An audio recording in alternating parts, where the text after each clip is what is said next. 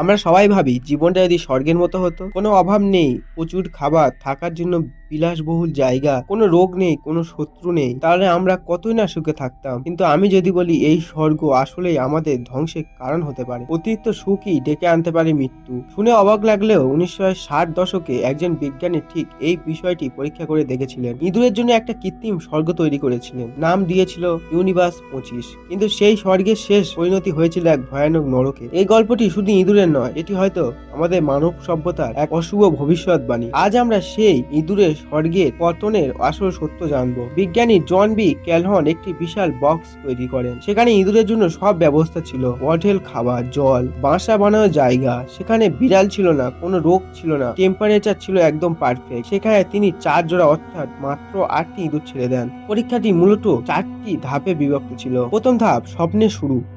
ইঁদুরেরা দেখলো এখানে কোনো বিপদ নেই, তারা দ্রুত বংশ বিস্তার করতে শুরু করলো। তাদের জনসংখ্যা 55 দিনে অন্তত দ্বিগুণ হতে লাগলো। 8 থেকে 20, 20 থেকে 100, 100 থেকে 600, মানে হচ্ছিল সবকিছুই নিখুঁত। দ্বিতীয় ধাপ, সমস্যার সূত্রপাত। জনসংখ্যা যখন 22 থেকে 2200-র কাছাকাছি পৌঁছালো, তখন খাবার বা জায়গার কোনো অভাব ছিল না, কিন্তু অভাব দেখা দিল সামাজিক ভূমিকা, সোশ্যাল রুলস এর। বয়স্ক ইঁদুররা তাদের ক্ষমতা ছাড়তে চাইলো না, কারণ তারা মরছিল না। তারা তরুণ ইঁদুররা সমাজে নিজেদের কোনো জায়গা বা কাজের খুঁজে পেল না। ফলে শুরু হলো এক অদ্ভুত বিশৃঙ্খলা। তৃতীয় ধাপ, নরকের শুরু। এই ধাপটি ছিল সবচেয়ে ভয়ঙ্কর। ইঁদুরেরা আচরণে এক বিশাল পরিবর্তন এলো। কিছু পুরুষ ইঁদুর অন্তত হিংস্র হয়ে উঠলো। তারা বিনা কারণে অন্যদের আক্রমণ করতে শুরু করলো, লেজ কামড়ে ছিঁড়ে দিল, এমনকি দুর্বলদের মেরে খেতে লাগলো। অন্যদিকে মা ইঁদুরেরা তাদের বাচ্চার প্রতি মায়া হারিয়ে ফেললো। তারা বাচ্চাদের যত্ন নেওয়া বন্ধ করে দিল।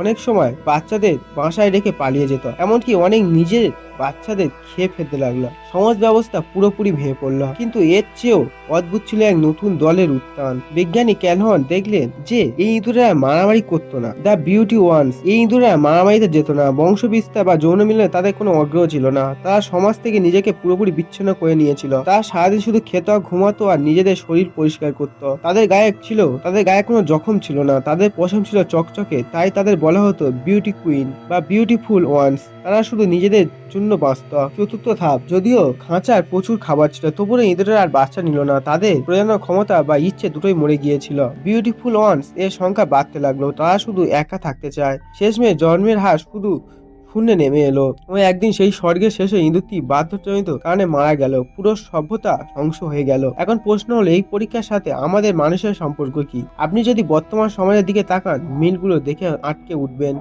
Social isolation. আজ আমরা বড় বড় শহরে থাকি, সব সুবিধা আছে, কিন্তু আমরা কি ক্রমশ একা হয়ে যাচ্ছি না? জাপানে হিকোমারি নামে লক্ষ লক্ষ যুবক আছে যারা ঘর থেকে বাইরে বের হয় না, সমাজ থেকে বিচ্ছিন্ন, ঠিক সেই বিউটিফুল ওয়ান্স এর মতন। জন্মহাস। উন্নত দেশগুলোতে মানুষ সন্তান দিতে চাইছে না, তারা নিজেদের থেকে ক্যারিয়ার এবং আরাম আয়েশ নিয়ে ব্যস্ত। জনসংখ্যা কমছে। অকারণ হিংসতা। সমাজে বিনা কারণে ক্ষোভ এবং হিংসতা বাড়ছে, ঠিক যেমন সেই খাঁচায় হয়েছিল। বিজ্ঞানী ক্যানন বলেছেন, দেহের মৃত্যু হওয়ার আগে আত্মার মৃত্যু হয়। যখন একটি প্রাণীর জীবনে লড়াই করার মতো কোনো ক্ষমতা থাকে না বা লক্ষ্য থাকে না, তখন তার অস্তিত্ব অর্থহীন হয়ে পড়ে। ইউনিভার্স 25 আমাদের চোখে আঙুল দিয়ে দেখিয়ে দেয় যে শুধু অর্থের, সম্পদের প্রযুক্তি থাকলেই সভ্যতা টেকে না। বেঁচে থাকার জন্য প্রয়োজন স্ট্রাগল, প্রয়োজন একে অপরের প্রতি দায়িত্ববোধ। আমরা কি তবে সেই ইউনিভার্স 25 দিকে এগিয়ে যাচ্ছি? আমার শেষ পরিণতি কি ইঁদুরের মতো হবে? বন্ধুরা,